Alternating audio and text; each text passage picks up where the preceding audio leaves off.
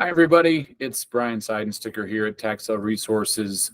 We get lots of questions about how our refinancing program can benefit investors. And there's lots of different ways it can be utilized, some of which it can be utilized in ways we didn't originally imagine. And so I wanted to step through some of those examples. To start, the program was built really for, I'll say, redeemable deed states in mind. I'm going to use Georgia and Texas as examples. Tennessee is in there as well. But basically, let's talk about what typically happens for investors, and then how our program can help you as an investor kind of grow beyond the capital you currently have. So let's say you have let's say $100,000 you're currently working with, buying redeemable deeds already in Texas, right? It's a 6-month redemption period, assuming there's no homestead on the property. I think it's a 25, it changes, but I think it's 25% penalty on that, right? So typically what happens, you go to the auction and you say, I have $100,000, you bid up to $80,000 on a property, right? You spend your $80,000, now you've got $20,000 back.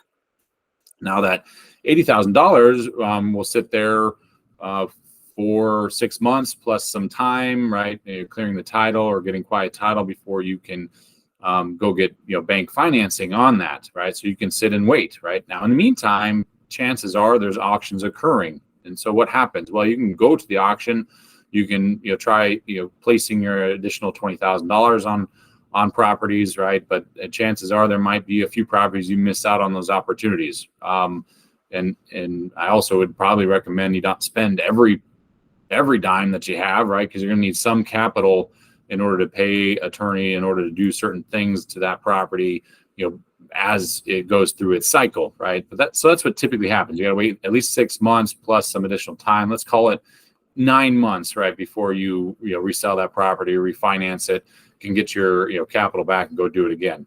That's if you just have $100,000 using no other leverage, no other source of capital. Now, with our program, the way that works is you go to the auction, you win that property for $80,000. You then come back to us immediately after the auction. You don't have to wait the 6 months or any time period. You come back to us as soon as that deed is recorded, and we confirm, yep, you made the right purchase. We basically give you your $80,000 back, and we hold that asset during that redemption period, right? So you now have $100,000 back, right? You can go do that again next month, right? Go to the auction. You may or may not find something you like. Let's say you do, right? Now you spend $70,000 on that property. You come to us again. Great purchase. Here's your $70,000. You're right back to your $100,000 again, and you now have 2 properties that are going through the redemption period. You can repeat that over and over, right, through the whole cycle. So at the end of that 9-month period, let's say you've got 5 or 6 properties opposed to your 1. So that's how you can expand the capital that you have. If you're making good purchases at the right price, then it allows you to buy much more with the capital that you have available. So with that in mind, typically the next question is, well, what happens during redemption, right? Now, the way our program works is it's a refinancing, right? But we're taking the assignment of that asset during the redemption period. If that property redeems, basically what happens is we get a portion of whatever that redemption amount is, right? So we're not taking the full 25% penalty. We're not taking the full amount, right? That is due you minus the amount that's due to us. So let's, for example, that property you just bought redeems a month later, right? You get the full penalty amount. We get 1 month of what that equivalent payment would be. So you get by far the lion's share of that redemption amount, right? You do this 5 or 6 times throughout that 9-month typical cycle. You can imagine how much more capital you should be making. Now, the key in all of that is buying correctly. But if you've got some capital you're working with currently and you're just limited in buying additional assets and you lose out on opportunities while you're waiting for that property to redeem, then that's exactly what our program is built for. So that's